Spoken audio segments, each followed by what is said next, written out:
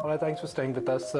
We put a good week of trade behind us. We've come on the right side of the event. Interest rates are likely to come down, which clearly means that Indian economy progressively is likely to improve. So let's talk about markets and much more. And joining me now is, of course, Gopi Krishnan, along with a global economist, to talk about global views and local ideas. Gopi, good evening to you. I'll start with you. How different is your view on markets in near term versus medium term? We are not holding a very, we are holding a very neutral kind of view for the next 3 months, so to say. Basically led by international factors like US interest rate hike, which is an event which is still not gone by, and the effect of that on currency of emerging markets.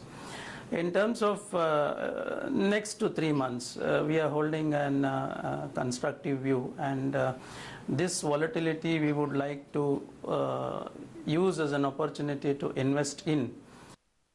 Okay, so if one should use this volatility as an opportunity to invest in the market, where should one really look for, that good margin of safety? So as I've told you earlier, I think volatility is something that one has to use to his advantage, and we should use the volatility and big cracks that are coming in the market to use it as an opportunity to buy. I think equity investors have been rewarded on a long-term basis normally, and if you do an historical analysis and see, equities are always provided better returns compared to debt on an average basis.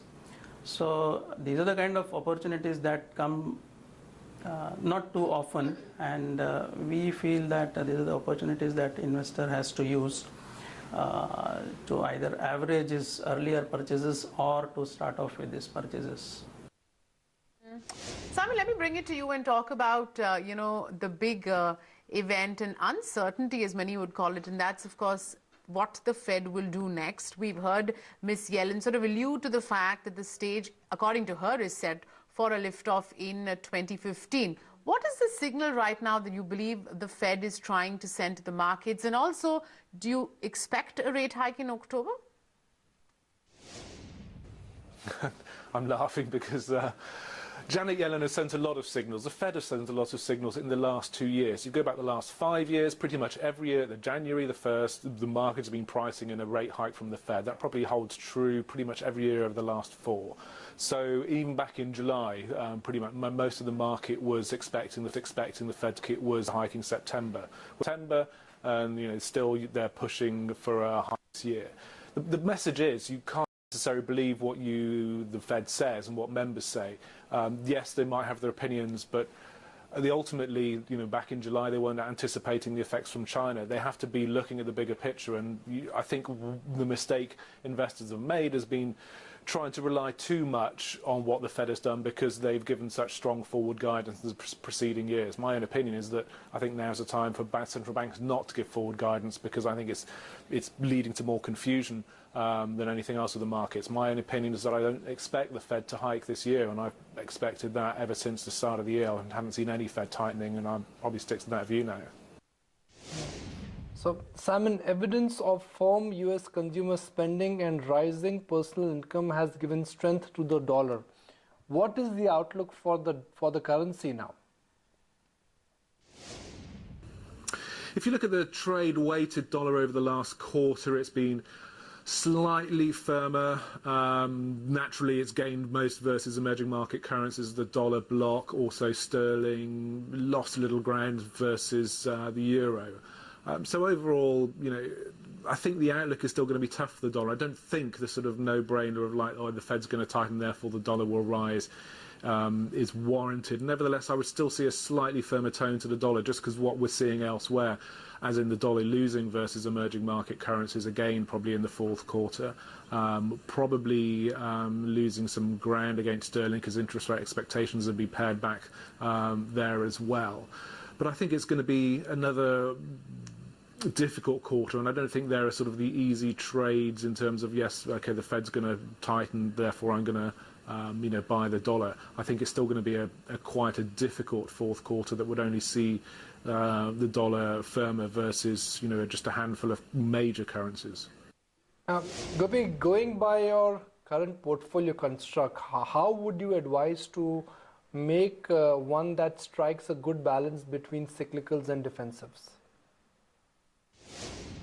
Yeah, it will be a mix right now in terms of portfolio construction.